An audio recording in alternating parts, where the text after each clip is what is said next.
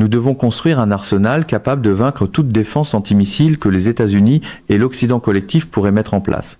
Peut être que les États-Unis veulent changer de direction. Nous, non. En 2018, il a fait une présentation formelle où il a annoncé que la Russie allait construire toutes ses armes. C'est là qu'il a introduit le concept du Sarmat, le concept du Poséidon, du Burevestnik, du véhicule hypersonique de rentrée atmosphérique avant-garde. Et il a dit, c'est la direction que vous prenez. Il a dit, nous vous avions averti à ce sujet, vous n'avez pas écouté, est-ce que vous écoutez maintenant ? Eh bien, manifestement, nous n'écoutions pas. Parce que nous nous sommes retirés du traité sur les forces nucléaires à portée intermédiaire, le traité INF, et la conséquence directe de ce traité, c'est l'Oreshnik, qui est maintenant là. Maintenant, ce qui se passe, c'est que la Russie commence à déployer ses armes. Ces armes ont atteint leur maturité. Elles sont maintenant prêtes à être déployées. Donc, vous voyez le missile balistique intercontinental Yars avec l'avant-garde à bord. Vous voyez le missile Poséidon déployé sur un sous-marin construit expressément à cette fin. Vous voyez le missile Oreshnik déployé. Vous voyez le missile Sarmat, le missile balistique intercontinental lourd. Il était important que la Russie réussisse un essai, parce que lors des 2 derniers essais qu'elle avait tentés avec le Sarmat avait échoué. Et beaucoup de gens commençaient à dire oh, la Russie est un tigre de papier, ils n'ont rien. Eh bien, le Sarmat vient de sortir. Et devinez quoi ? C'est un tournant majeur. Nous ne pouvons pas l'abattre. Et un seul Sarmat détruira la côte est des États-Unis. Et ils vont déployer des régiments entiers de ce système d'armes. Il peut arriver de n'importe quelle direction. Ce n'est pas votre missile balistique standard. Il peut monter et effectuer ce qu'on appelle un bombardement orbital fractionné, ce qui signifie qu'il peut faire le tour du monde jusqu'à ce qu'il décide d'entrer par n'importe quelle direction. Et l'arme est assez puissante pour rompre la trajectoire balistique et adopter une trajectoire plus plate. Les Russes maîtrisent la propulsion à moteur fusée solide et le guidage. Ce système, vous ne pouvez pas l'abattre. C'est un système invincible et c'est littéralement un tueur de nations. Un seul Sarmat peut tuer un pays. Et la Russie va en avoir tout un paquet. Ce que la Russie a fait, en réalité, c'est tenir les promesses de Vladimir Poutine. Pas des menaces, les promesses. Rappelez-vous, Poutine a dit « Je ne veux pas faire ça en 2006. C'est pas la direction que je veux prendre. » Vous m'y forcez parce que vous faites des choses qui nous menacent. En 2018, il a dit « Je dois prendre cette mesure. » Mais nous aurions pu limiter cela avec un bon contrôle des armements. Nous aurions pu le limiter en étant des courtiers honnêtes, mais nous sommes des menteurs. Nous sommes des tricheurs. Nous sommes des voleurs. Nous ne croyons pas aux traités. Nous nous retirons de tous les traités dans lesquels nous sommes et nous mentons au sujet des traités dans lesquels nous voulons entrer. Nous ne sommes plus un partenaire fiable pour la paix. Donc la Russie déploie les armes de guerre nécessaires pour dissuader les États-Unis de poser des gestes irresponsables. Et c'est ce qui se passe ici. Mais maintenant, il y a des gens en Russie qui disent « Nous avons fait tout cet investissement et c'est pas donné. Ce sont des investissements majeurs. » Et ils disent que maintenant que nous l'avons fait, nous ne pouvons pas simplement nous asseoir là, dessus, parce que l'Occident agit comme si nous n'allions jamais utiliser ces armes. Et c'est là que Karaganov entre en scène. Il est temps d'enseigner à l'Occident que nous avons ces armes et que nous les utiliserons si vous franchissez certaines lignes, et vous les avez franchies. Encore une fois, en retirant simplement toute casquette nationale ou autre, et en regardant cela du point de vue d'un analyste militaire, si j'avais été soumis à ce soutien ininterrompu d'un conglomérat de 50 nations, qui a tué sans arrêt mon peuple sur les lignes de front, et qui fournit maintenant des capacités supplémentaires avec des drones à plus longue portée pour frapper les infrastructures de notre pays, s'il n'y a manifestement aucune intention d'arrêter, et s'il y a une intention déclarée d'en faire davantage plus tard, alors il serait insensé de ne rien faire. Et puis, si je devais faire quelque chose comme cette frappe conventionnelle, je commencerais, je suppose, par jeter les bases, comme Poutine l'a fait ici, en mettant toutes ses cartes sur la table. Voulez-vous que j'utilise l'une d'elles ou non ? Et il me semble que c'est ce que je ferais si je me préparais à faire quelque chose. Alors, j'aimerais vous poser une question précise ici. Il y a beaucoup de raisonnements que j'ai entendus de la part de certains amis affiliés à la Russie, et ils ont dit qu'en 1940, il était assez clair que l'Allemagne allait éventuellement envahir l'Union soviétique, mais ils ont fini par ne rien faire. Puis, en juin, bien sûr, nous savons que l'invasion a eu lieu. La question est-ce que cela est dans l'esprit des gens en Russie aujourd'hui, au point où ils disent « Nous n'allons pas revivre juin 1940. Cette fois, nous allons attaquer de manière préventive et ne pas attendre. » Eh bien, je veux dire, bien sûr, les Russes connaissent leur histoire et ils ne vont pas laisser juin 1940 et se reproduire. Le 22 juin 1940 et un jour très, je veux dire 1940. Mais c'est une journée très solennelle en Russie. Encore une fois, j'y suis allé, j'ai vu comment les Russes réagissent. Il n'y a rien de propagandiste là-dedans, c'est réel. Je veux dire, quand les Russes disent qu'il y a 27 millions de pères Dieu qui nous fixent chaque jour en disant « Ne trahissez pas le sacrifice que nous avons fait pour vous », les Russes y croient. Cela fait partie d'eux. Peut être qu'en Amérique, nous ne respectons pas les plus de 300 000 personnes mortes pendant la Seconde Guerre mondiale parce que nous avons depuis longtemps déshonoré ce pourquoi elles sont mortes. Mais les Russes ne déshonoreront pas les 19 millions de Russes qui sont morts pendant la Seconde Guerre mondiale, la Grande Guerre patriotique, les 27 millions de Soviétiques qui sont morts. Donc oui, c'est dans leur esprit et ils ne vont pas se laisser placer dans une répétition de cela. Mais l'idée qu'ils vont agir préventivement, je ne pense pas. Je pense que nous devons comprendre que c'est pas de la préemption. La Russie a été attaquée.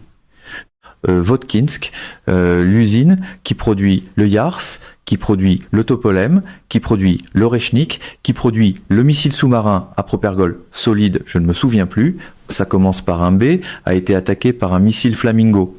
6 ont été tirés sur Votkinsk, 5 ont été abattus, 1 a touché l'atelier numéro 19, un atelier très critique impliqué dans la production de missiles balistiques.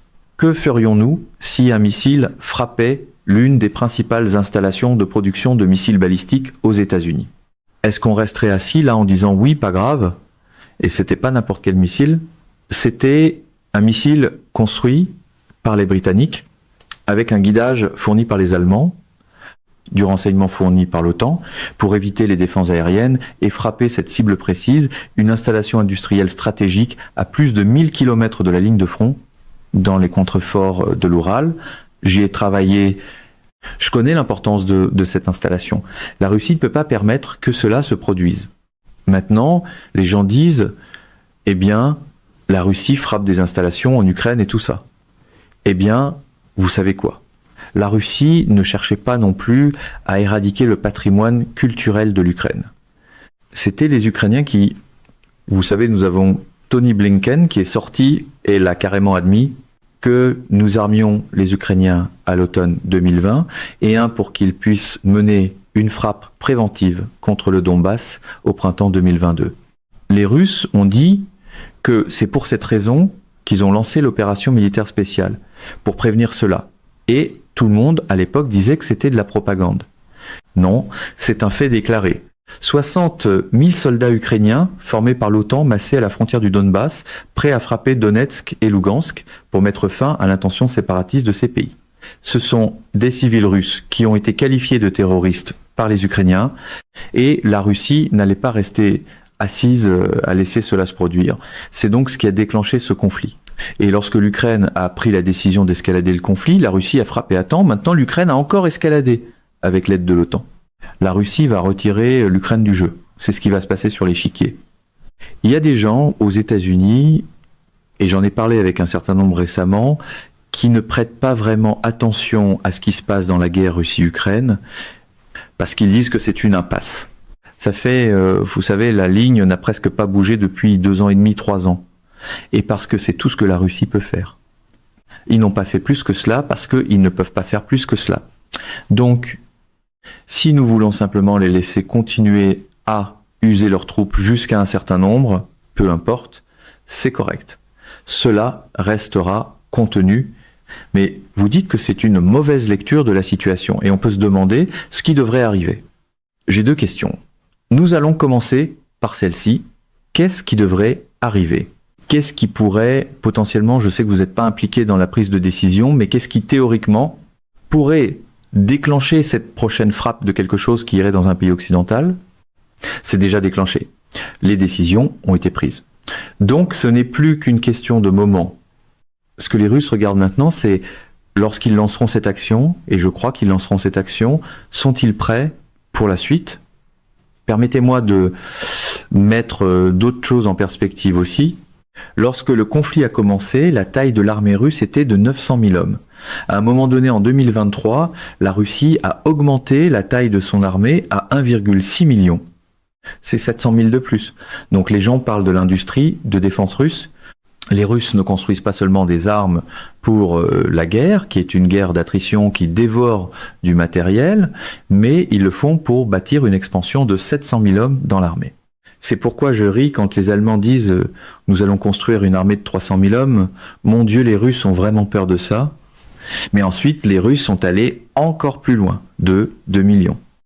Maintenant, vous savez cela, colonel. Quand vous avez un soldat, ce soldat a besoin d'infrastructures. Ce soldat a besoin d'équipement.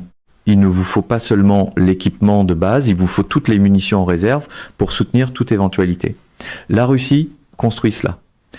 Les gens sont tellement ignorants au sujet de la Russie en ce moment parce qu'ils se concentrent sur ce qui se passe dans l'opération militaire spéciale sans comprendre que juste en face de la frontière finlandaise, dans le district militaire de Saint-Pétersbourg, qui est nouveau, il y a un corps d'armée russe de 70 000 hommes qui a été construit à partir de zéro, qui est entièrement équipé et entièrement préparé à mener une guerre contre l'OTAN. L'OTAN n'est pas prête à faire cela.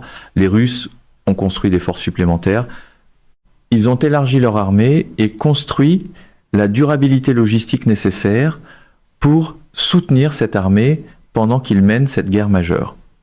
Donc les Russes nous ont vaincus haut la main du point de vue de l'industrie de défense. Donc la Russie est prête. Mais il y a des considérations économiques. Encore une fois, Vladimir Poutine est un penseur stratégique. Vous ne lancez pas quelque chose avant de vous être assuré que toutes vos pièces sont en place. Donc lorsque les Russes auront toutes leurs pièces en place, et il y a beaucoup de réunions qui ont lieu en Russie en ce moment, la Russie fera ce qu'elle doit faire, à moins qu'il y ait un changement de comportement de la part de l'Europe. Et la seule chose que les Russes reconnaissent, c'est qu'aucun des dirigeants qui articulent aujourd'hui cette posture agressive n'a d'avenir politique. Merz ne va pas gagner la prochaine élection parlementaire. Macron est sur le départ en 2027, il pourrait partir plus tôt. Et Keir Starmer est une farce. Son parti vient de s'effondrer. Les sondages parlent de le retirer maintenant. Et aucune des armées ne fonctionne. Les Britanniques ont dit que nous ne pouvons pas acheter de nouvel équipement avant 2030. Nous n'avons rien. Donc, oubliez l'armée britannique. Elle a toujours été une farce. Vous pourriez remplir un stade de hockey moderne. Nous nous préparons pour la Coupe du Monde. Dans l'un de ces stades où nous allons accueillir un match, vous pourriez mettre toute l'armée britannique à l'intérieur et il resterait encore 30 000 sièges invendus. Donc c'est une farce.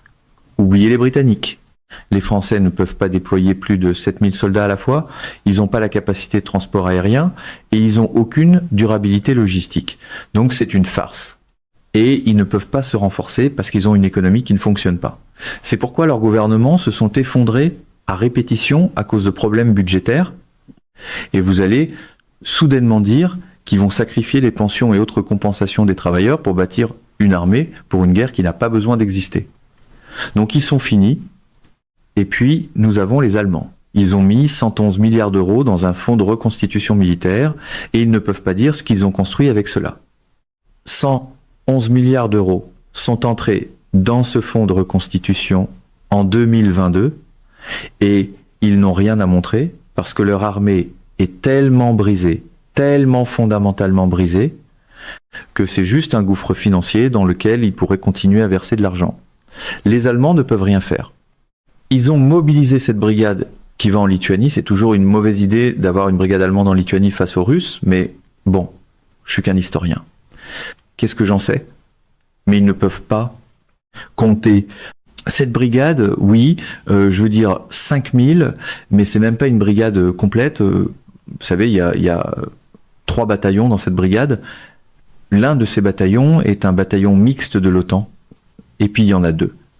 Il y a un bataillon blindé allemand et un bataillon d'infanterie blindé allemand. Ils n'ont pas de véhicules pour ces bataillons. Et l'industrie allemande ne peut pas construire ces véhicules parce que les aciéries allemandes ne peuvent pas produire le blindage parce qu'elles ne peuvent pas se payer le gaz. Elles sont fermées. Donc les Allemands doivent acheter les plaques d'acier aux Suédois, mais tout le monde en ce moment cherche à acheter des plaques d'acier aux Suédois. Donc il y a un arriéré.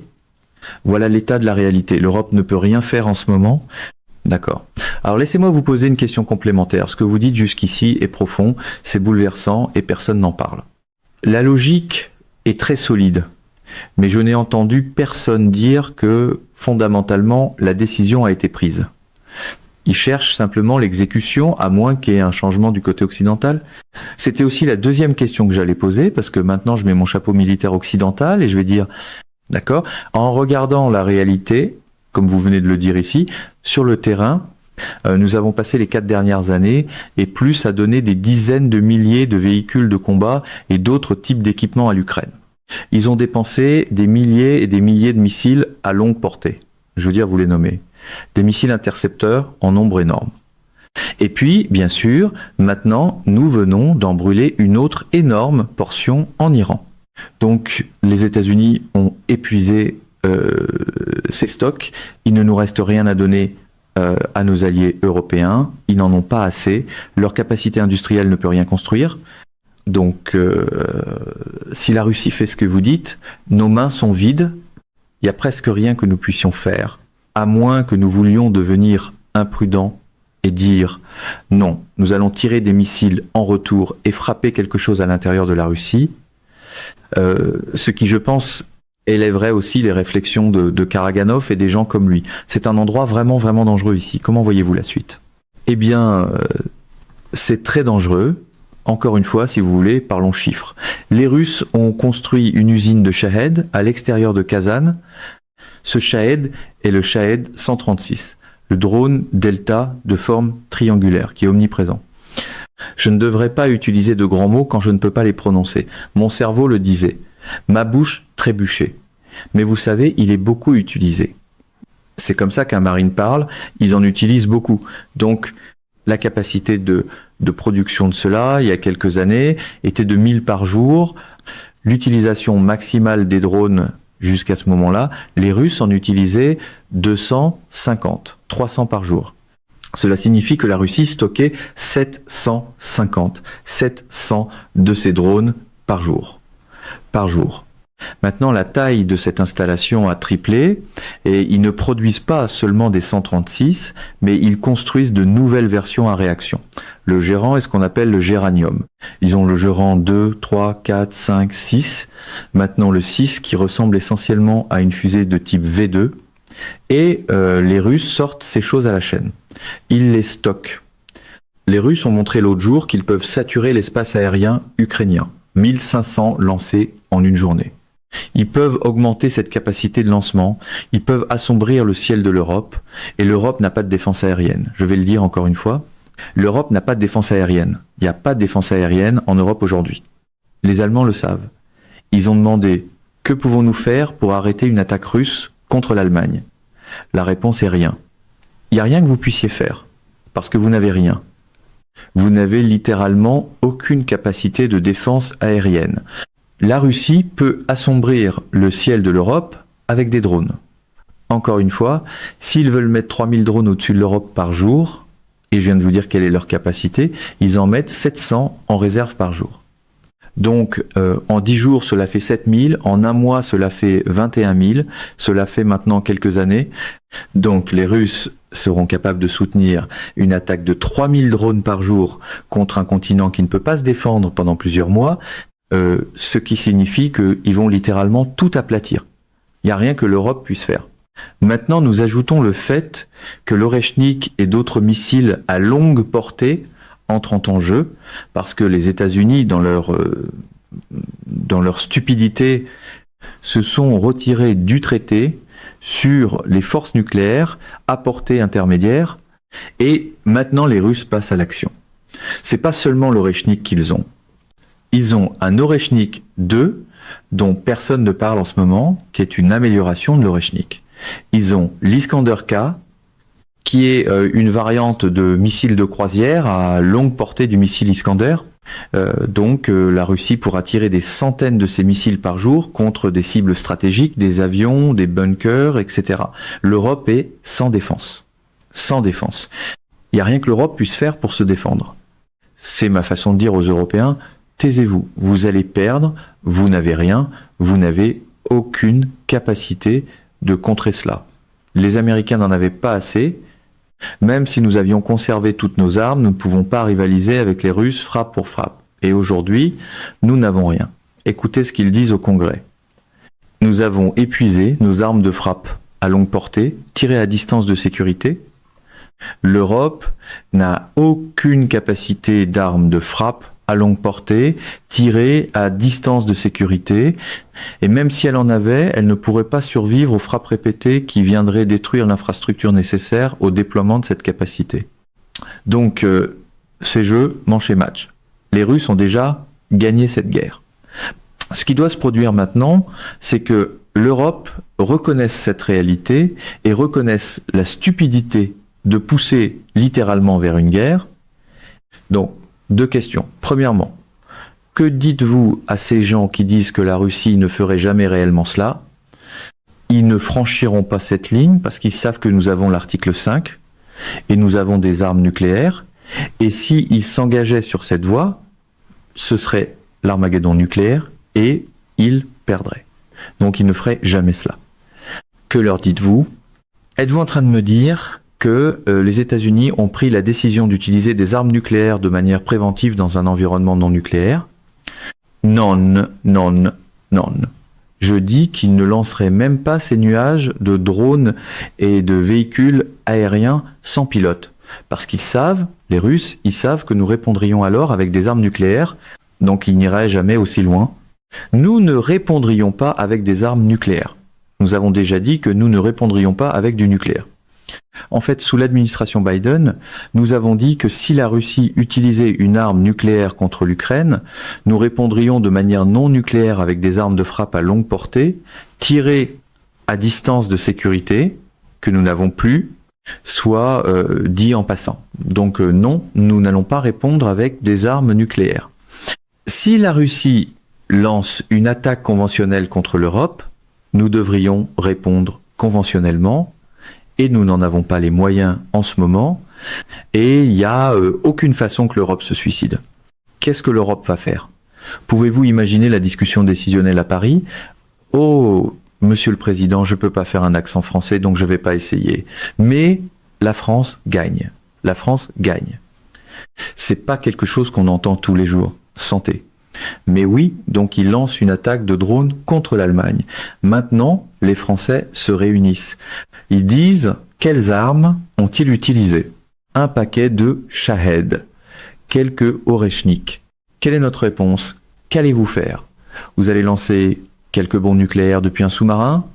Monsieur le Président, au moment où le sous-marin lance, les Russes vont nous frapper avec 2% de leur arsenal nucléaire et toute la France disparaîtra parce que c'est la discussion qui aura lieu à Londres, à Paris, partout.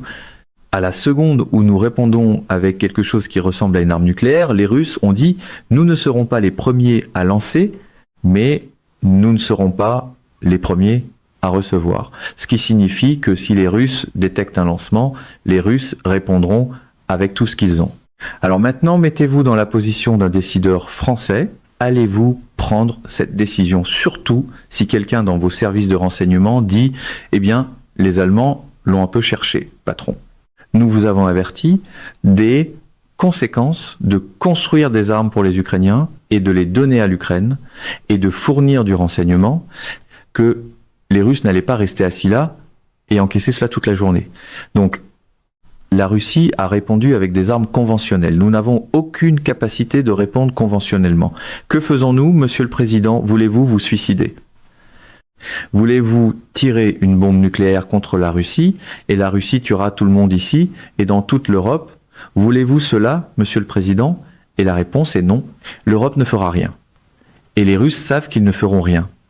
Vous voulez savoir pourquoi les Russes savent qu'ils ne feront rien? Parce que le renseignement russe est sacrément bon. Et si vous ne pensez pas que les Russes ont littéralement recruté des gens à l'intérieur des cycles de décision dans une France complètement fragmentée, la France est l'endroit le plus facile pour recruter un politicien de nos jours, parce qu'il y a de la dissension politique partout. L'Angleterre est le deuxième endroit le plus facile à recruter.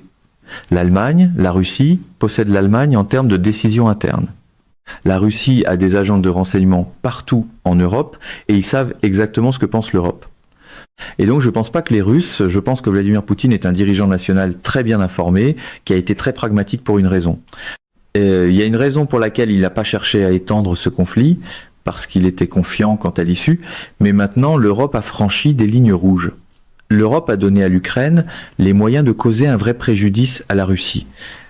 Donc, la Russie va retirer l'Ukraine du terrain de jeu et punir l'Europe, parce que la Russie ne peut pas rester assise et permettre à l'Europe de croire qu'elle peut bâtir une armée capable de combattre la Russie d'ici 2029-2030. Je pense que la décision a déjà été prise. Et est-ce que quelqu'un en Russie, même des blogueurs ou n'importe qui d'autre, a dit cela publiquement, que fondamentalement la ligne rouge a été franchie, que ce n'est plus qu'une question de temps avant que quelque chose soit frappé en Europe? Je ne pense pas que les gens en Russie osent parler au nom de Vladimir Poutine. C'est une décision que seul Vladimir Poutine peut prendre. Il y a des gens qui disent qu'il faut le faire, mais personne ne va parler de décision politique. C'est simplement la façon dont la Russie... Alors, qu'est-ce qui vous amène à faire cette affirmation avec autant d'assurance? Parce que c'est bouleversant, parce que j'ai étudié la Russie pendant toute ma vie adulte. Et je sais 2 ou 3 choses sur les Russes. Pour les Russes, les mots comptent. Tout ce que disent les Russes compte. Chaque mot compte. Les Russes n'utilisent pas les mots à la légère, surtout les Russes au service du gouvernement. Et comme vous l'avez souligné, il y a un changement marqué dans le ton de la direction russe. Et je ne parle pas couramment le russe. Je massacre le russe presque aussi mal que je massacre l'anglais. Mais je connais des gens qui le parlent. Ray McGovern, que je crois que vous connaissez très bien, est un analyste russe très chevronné qui parle couramment la langue russe. Et il ne saisit pas seulement l'interprétation que je lis, les traductions, mais les mots russes exacts. Les Russes peuvent utiliser différents mots pour dire la même chose, et les mots qu'ils utilisent apportent un sens différent. Et Ray McGovern a écouté les mots utilisés par les Russes et leur langage très précis, et je pense que les Russes ont resserré leur langage, resserré leur message, mais le problème c'est que l'Occident, nous n'avons pas de gens assez éduqués pour comprendre le message que la Russie met de l'avant. Mais en lisant cela, encore une fois, je ne me vante pas, mais j'ai fait de l'analyse prédictive en reliant les points pendant toute ma vie adulte. Et j'ai eu raison dans la vaste majorité des cas. Et là où je me suis trompé, c'est simplement parce que certaines choses, vous savez, par exemple, j'aime lire vos commentaires. Vous avez dit qu'ils allaient prendre Kiev en 3 jours. Moi, j'ai en fait dit 7 jours.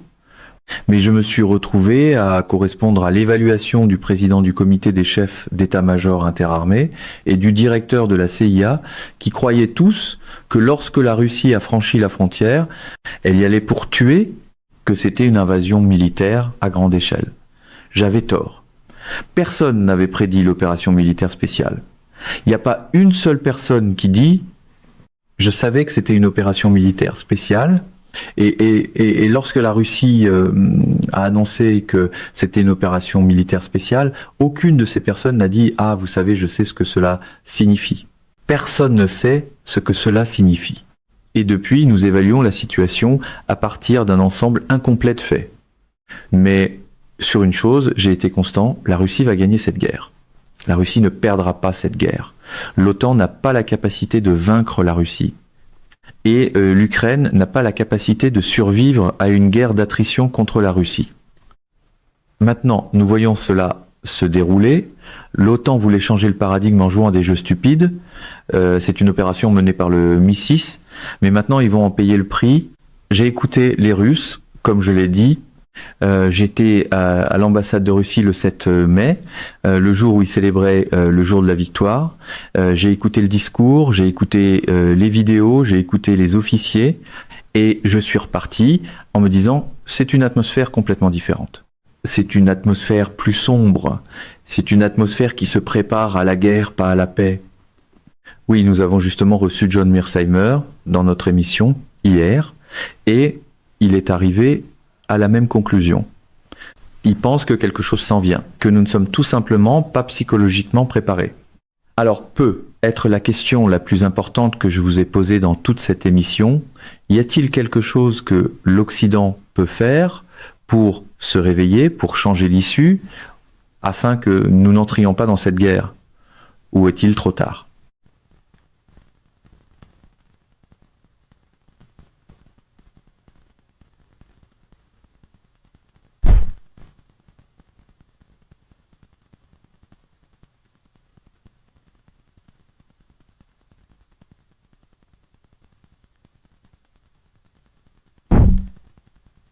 Il y a une chose qu'il pourrait faire. L'Europe doit arrêter. Et il y a des façons de le faire pour sauver la face. Ils peuvent dire que le paradigme de la sécurité énergétique a tellement changé que l'Europe doit examiner la façon de préserver sa propre capacité industrielle intrinsèque en retrouvant l'accès à des approvisionnements énergétiques fiables. Et tant que le détroit d'Ormuz peut être restreint par l'Iran à n'importe quel moment, l'Europe doit reconnaître que les États-Unis n'ont pas la capacité de fournir à l'Europe de l'énergie de manière durable et abordable. La seule nation qui peut le faire, c'est la Russie. Donc l'Europe va devoir réévaluer sa relation énergétique avec la Russie. Et une fois que vous faites cela, vous devez reconnaître, par conséquent, que la Russie doit devenir un partenaire stratégique de croissance économique plutôt que l'ennemi stratégique qu'elle représente. Et quand vous prenez cette décision, vous pouvez déprioriser le militaire. Ils doivent arrêter de tenir cette rhétorique. L'OTAN doit disparaître ou au moins devenir réaliste. Mais cette idée que l'OTAN serait en quelque sorte l'équivalent de la Russie et que l'Europe peut remplacer les États-Unis et bâtir cette armée est une pensée irresponsable. Mais la façon d'agir là-dessus, parce que vous dites que les gestes parlent plus fort que les mots, c'est que l'Ukraine, l'Europe doit mettre fin à cette guerre. L'Europe doit reconnaître que le pari ukrainien. Et rappelons simplement que l'Europe et les États-Unis ont créé les conditions de cette guerre. Les gens ne comprennent pas l'histoire. Vous ne comprenez pas que la CIA utilise les Ukrainiens de l'Ouest comme levier contre l'Union soviétique et la Russie depuis 1948. Depuis 1948. Vous le savez peu, mais les forces spéciales américaines avaient un plan dans les années 1950 pour transformer l'Ukraine en terrain de guerre irrégulière où des groupes de forces spéciales devaient être parachutés et créer des équipes pour combattre les Russes. C'était notre plan. Nous avons toujours prévu d'utiliser l'Ukraine contre la Russie pour la contrer et l'Europe a agi là-dessus. Nous avons agi là-dessus. Nous devons arrêter, nous devons cesser et nous abstenir. Les gens ne savent pas ce qui s'est passé en 2004 lorsque la CIA, avec d'autres, a orchestré un coup d'État, le premier coup contre Viktor Yanukovych, la soi-disant Révolution Orange, où nous avons eu 3 élections présidentielles. Yanukovych a remporté les 2 premières. Nous n'allions pas permettre que cela arrive. Donc nous avons orchestré une 3e élection illégale et fait entrer notre candidat. Yushchenko s'est avéré être un nationaliste. La première chose qu'il a faite, c'est de faire de Stepan Bandera le héros national de l'Ukraine. Un nazi, le héros national de l'Ukraine. Vous comprenez la direction. Puis, en 2010, nous avons essayé à nouveau, mais Yanukovych est revenu. Donc en 2014, nous avons fait le coup final pour retirer Yanukovych, mettre les nationalistes au pouvoir et commencer le processus de transformation de l'Ukraine en épée dans le ventre de la Russie. Nous avons commencé cette guerre, les États-Unis, l'Europe, la Russie va terminer cette guerre, la Russie en a fini, et l'Europe et les États-Unis doivent essentiellement dire que c'est terminé. Le pari ukrainien est terminé, et nous allons nous retirer de ce conflit en reconnaissant non seulement la victoire de la Russie, mais son droit inhérent. Je me suis trop excité et je me suis brûlé la gorge. Le droit inhérent de dicter le rôle que joue l'Ukraine. La Russie ne veut pas détruire l'Ukraine. Regardez la relation entre la Russie et le Bélarus, elle repose sur l'égalité. Les gens, allez chercher ça sur Google, l'état de l'Union. L'état de l'Union est une relation politico-économique entre le Bélarus et la Russie. Je suis allé au Bélarus récemment, j'ai parlé à des Bélarusiens. Ils n'ont pas l'impression d'être une puissance occupée, une puissance soumise. Ils sont une nation indépendante, fière, indépendante, qui entretient avec la Russie une relation fondée sur l'amitié. Ils parlent des trois sœurs, c'est-à-dire le Bélarus, la Russie et l'Ukraine. Et donc, la vision de la Russie n'est pas de punir l'Ukraine, d'occuper l'Ukraine, de détruire l'Ukraine. La vision de la Russie est de ramener l'Ukraine parmi les trois sœurs, là où elle appartient. L'Ukraine n'est pas un pays européen. L'Ukraine est un pays eurasiatique, lié pour toujours historiquement et culturellement à la Russie. Et c'est là que les Russes veulent aller avec cela. Et l'Occident doit essentiellement dire oui, c'est ce qui va arriver. S'ils ne le font pas, s'ils veulent continuer à jouer la carte ukrainienne jusqu'au dernier Ukrainien, ils vont découvrir qu'ils vont payer. Scott, ce qui est si douloureux à reconnaître, c'est que jusqu'au, je pense, 20 février 2014, l'Ukraine était une entité entière, complète, avec laquelle la Russie était prête à faire affaire dans sa forme indéfiniment. J'ai eu certains, j'ai pas eu d'entrevue. J'ai diffusé des entrevues avec Sergueï Lavrov, le ministre des Affaires étrangères, qui a dit que oui, même après l'affaire du Maïdan, la Russie était prête à négocier de nouvelles élections et nous accepterions ce qui en sortirait et nous aurions encore des relations avec eux. Je suis désolé, Sébastopol, là-bas, en Crimée, serait resté une partie de l'Ukraine, mais à cause des actions que nous avons prises, nous avons simplement détruit tout cela. Et maintenant, des années plus tard, la victoire finale est amère, si ce que vous avez décrit, si les Russes vont faire ce que vous suggérez qu'ils feront, ou ce que vous évaluez qu'ils vont faire, nous aurons sacrifié toute l'indépendance politique du pays, simplement à cause de notre arrogance et de notre désir d'essayer d'en faire quelque chose d'autre. Ce que les gens ne réalisent pas, c'est que même après le début de l'opération militaire spéciale par la Russie, même après qu'ils ont créé le pont terrestre qui reliait la Crimée au Donbass et à la Russie, le règlement de paix que la Russie acceptait dans le communiqué d'Istanbul rendait Kherson et Zaporijia à l'Ukraine. Tout ce que les Russes demandaient, c'est que le référendum des républiques populaires de Donetsk et de Lugansk soit respecté par l'Ukraine, qu'elles soient des États indépendants. Et ensuite, ce que la Russie a dit, c'est laissez-les être indépendantes. Ensuite, elles peuvent prendre une décision. Veulent-elles rester indépendantes? Veulent-elles revenir à l'Ukraine? Veulent-elles faire partie de la Russie? Mais la Russie n'essayait pas de forcer la situation. Le référendum de septembre 2022 n'est venu qu'après que les États-Unis et l'OTAN ont injecté 50 à 60 milliards de dollars d'équipements militaires, reformé une armée ukrainienne vaincue, l'ont renforcée avec des dizaines de milliers de mercenaires formés par l'Occident et ont lancé une attaque surprise contre les Russes au moment où les Russes commençaient à retirer leurs troupes conformément au communiqué d'Istanbul. Les Russes ne cherchaient pas ce résultat. Ils ne sont pas entrés en guerre pour obtenir ce résultat. Ce résultat est le résultat d'une relation de cause à effet entre de mauvaises décisions prises par l'Ukraine et l'Occident. Mesdames et messieurs, notre émission d'aujourd'hui s'arrête ici. Nous vous invitons à partager votre avis personnel dans la section des commentaires ci-dessous. Perspective politique vous salue et vous donne rendez-vous très bientôt.